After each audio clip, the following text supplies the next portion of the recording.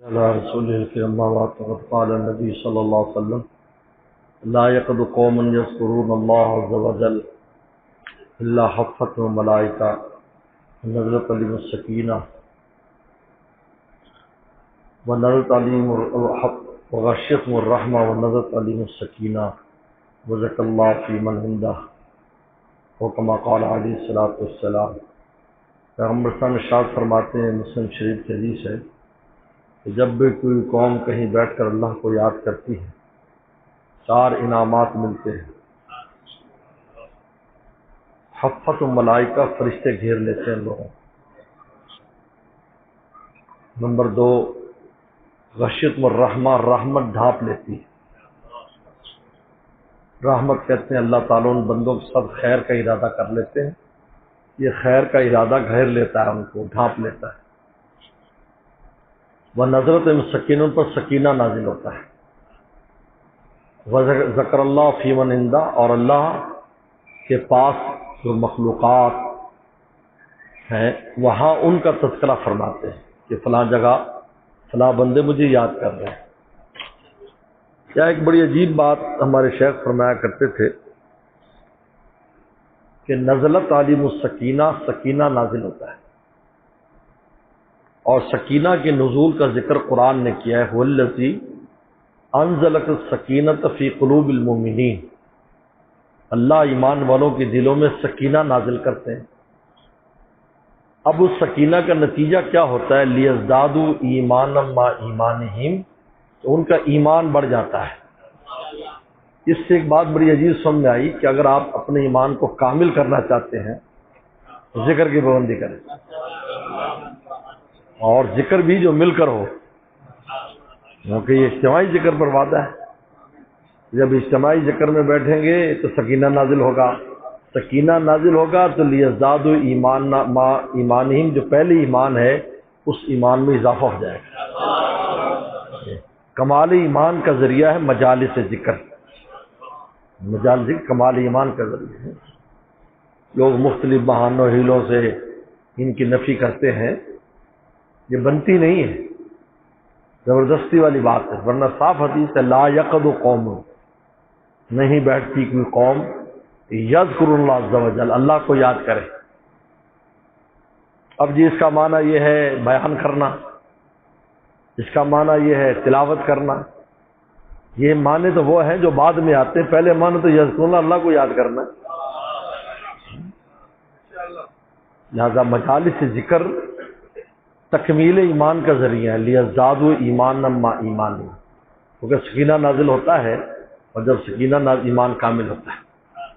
تو ایمان جو ہے، یہ جو ذکر ہے اس کی بڑی پابندی کرنی چاہیے، انفرادی بھی اجتماعی، انفرادی معمولات، اجتماعی معمولات، اس سے ایمان بڑھتا ہے انسان کا۔ اس کا ناغہ بہت خطرناک ہے۔ حکیم الامت تھانوی رحمہ اللہ کو مفتی شفیع صاحب نے لکھا تھا کہ حضرت بہت مصروفیت ہے، دارالعلوم دیوبند کے امتحانات ہو رہے ہیں، رات دن مصروفیت ہے، تو تلاوت و ذکر میں ناغہ ہو جاتا ہے، تو کوئی گنجائش ہے؟ حکیم الامت تھانوی نے لکھا نہ کھانے میں آپ ناغہ کر رہے ہیں، نہ سونے میں، نہ پینے میں، اللہ کے نام میں ناغہ ہو جائے۔ فرمایا تمہاری نوکری کہیں لگی ہو اور کہیں گے ناغہ کرو گے تو پیسے کٹیں گے، تو وہاں ہر طرح کی بیماری کے باوجود اور آزار کے باوجود ناغہ نہیں ہوگا کہ تنخواہ کٹے گی۔ اور یہاں جس ذکر پر اور جس اللہ کی ذات سے ہمیں ہمہ وقت کام ہے، اس کے نام میں کیسے ناغہ کرتے ہو؟ بہت بڑا نام ہے، اللہ کا نام بہت بڑا نام ہے، سارے اس کے نام سے کام بننے والے ہیں۔ بسم اللہ الرحمن الرحیم کا مطلب کیا؟ اللہ کے نام سے۔ اللہ فرماتے تمہارے کام تو میرے نام سے بن جائیں گے، جسے کہتے جی آپ میرا نام لے دو کام ہو جائے گا۔ اللہ فرماتے دنیا میں چھوٹے بڑے ہر کام میرے نام سے ہوگا۔ ذات کی طاقت کا کیا پوچھتے، ہمارے نام میں اتنی طاقت ہے، ذات تو ذات ہے، نام میں یعنی دنیا میں۔ ہمارے استاد فرماتے تھے مفتی ولی حسن ٹونکی رحم اللہ کہ اللہ نے اپنی ذات اور اپنی صفات کے درمیان جو واسطہ ہے نا جی، وہ ناموں کو بنایا ہے۔